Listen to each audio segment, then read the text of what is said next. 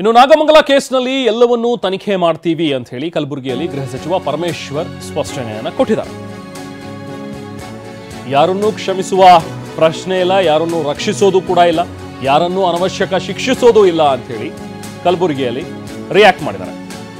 ಗೃಹ ಸಚಿವ Parameshwar inspector DYSP ಈಗಾಗಲೇ ಅಮಾನತ್ ಮಾಡಿದೀವಿ, ಅವರನ್ನ ಘಟನೆಯನ್ನು ಬಹಳ ಸೀರಿಯಸ್ ಆಗಿ ತೆಗೆದುಕೊಂಡಿದ್ದೀವಿ ಅಂತ ಹೇಳ್ತಾರೆ.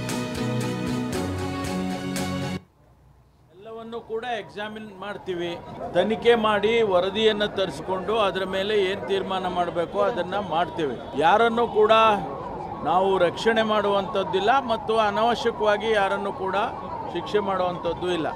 ಸತ್ಯಾಂಶ ಏನಿದೆ ಅದನ್ನು ನೋಡಿ ವರದಿ ತರಿಸ್ಕೊಂಡು ಅದ್ರ ಮೇಲೆ ಕ್ರಮ ತಗೊಳ್ತೀವಿ. ಈಗಾಗಲೇ ಇಬ್ಬರು ಅಧಿಕಾರಿಗಳನ್ನು ಸಸ್ಪೆಂಡ್ ಮಾಡಿದ್ದೇವೆ, ಇನ್ಸ್ಪೆಕ್ಟರ್ನ ಡಿವೈಎಸ್ಪಿ ಅವರನ್ನು ಸಸ್ಪೆಂಡ್ ಮಾಡಿದ್ದೇವೆ. ಮುಂದಿನ ಕ್ರಮ ವರದಿ ಬಂದ ಮೇಲೆ ಮುಂದಿನ ಕ್ರಮ ಮಾಡ್ತೀವಿ. ಘಟನೆ ಆಗುವ ಕ್ಷಣದಿಂದನೂ ಕೂಡ ನಾವು ಸೀರಿಯಸ್ ಆಗಿ ತಗೊಂಡಿದ್ದೀವಿ. ಇಂಥ ಘಟನೆಗಳನ್ನು ಯಾವುದನ್ನು ಕೂಡ ನಾವು ಲಘುವಾಗಿ ತಗೊಳ್ಳೋದಿಲ್ಲ. ಅವರು BJPಯವರು ಆಪಾದನೆ ಮಾಡ್ತಾರೆ, ಆದರೆ ನಮಗೂ ಕೂಡ ಜವಾಬ್ದಾರಿ ಇದೆ. ನಾವು ಯಾವುದನ್ನು ಕೂಡ ಲಘುವಾಗಿ ತಗೊಳ್ಳೋದಿಲ್ಲ, ಎಲ್ಲವನ್ನು ಕೂಡ